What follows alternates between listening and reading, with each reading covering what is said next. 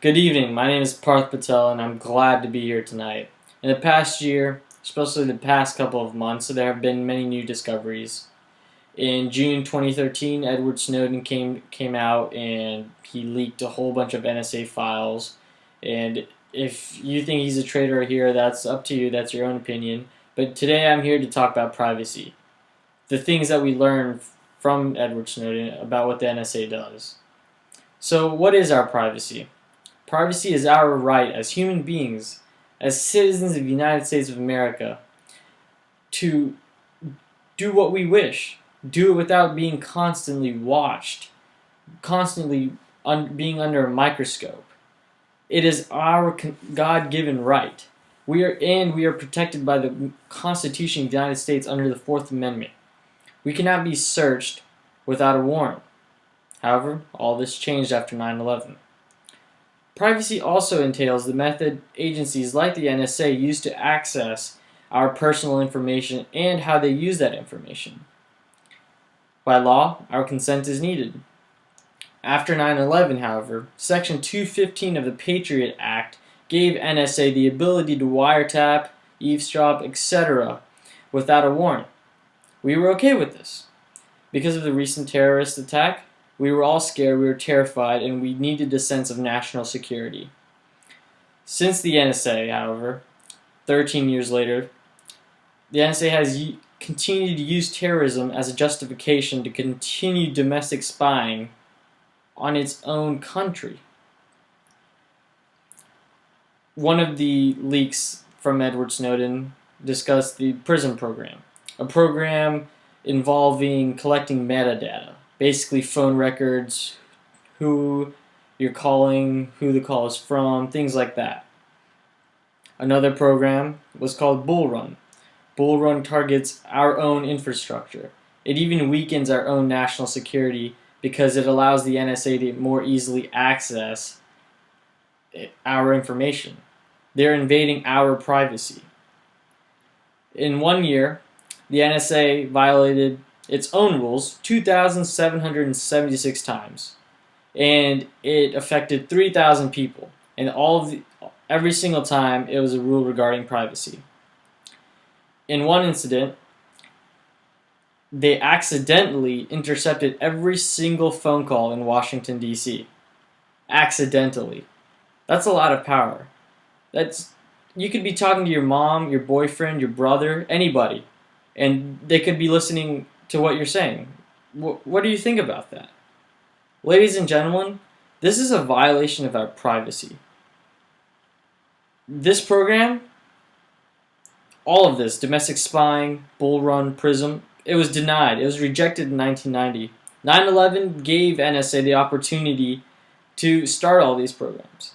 And their interpretations of the law have not been correct. They have not been justified in the appropriate manner. And additionally, these programs haven't helped us at all. They're just invading our privacy and providing no value. So why should we care anyways? As long as we've done nothing wrong, why does it matter? It could still help in the future, right? Well, we're giving up our rights, our right of privacy. It's a part of our culture. We are a symbol of democracy. This nation was found on freedom. We can't lose that identity.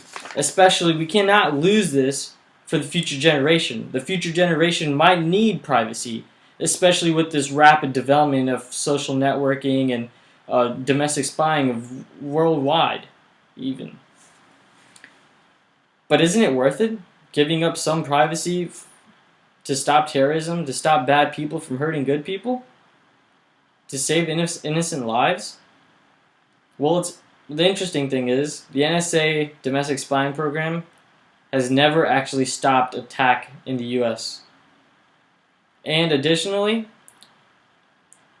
even the three branches of government don't really believe in it. So is it really worth it? It's just an overblown idea. It's the basis. Terrorism is the basis for all their actions. They have not shown us any real value.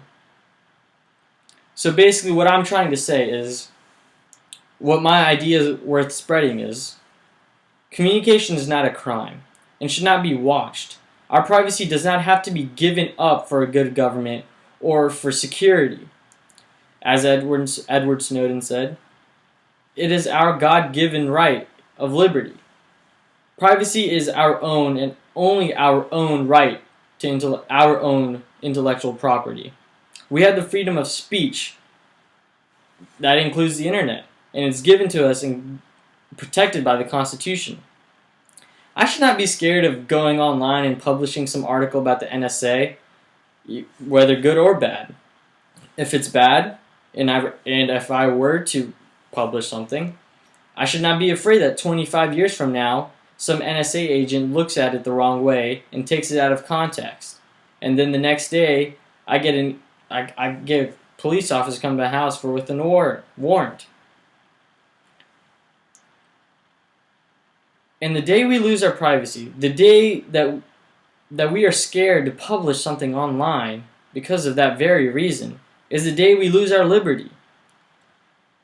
It is not just being watched. It is our lives in progress. Our lives is 24/7 are surrounded by video, our cameras and social network.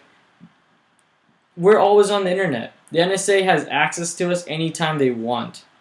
Through phone, through internet, through traffic light cameras, anywhere.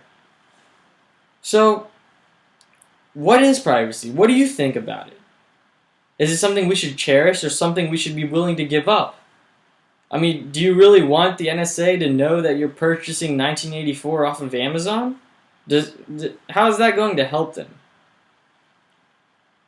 Just remember, the next time you're browsing the internet, someone may be watching you. Or worse, collecting every piece of data that you come in contact with. Privacy is something extremely valuable, and it's something you don't realize until you lose it. You really need to think about it. Privacy is what we're made of, and it should be shared only with our own digression. Thank you for your time, and I really hoped I gave you some good insight on what privacy is. Good night, everyone.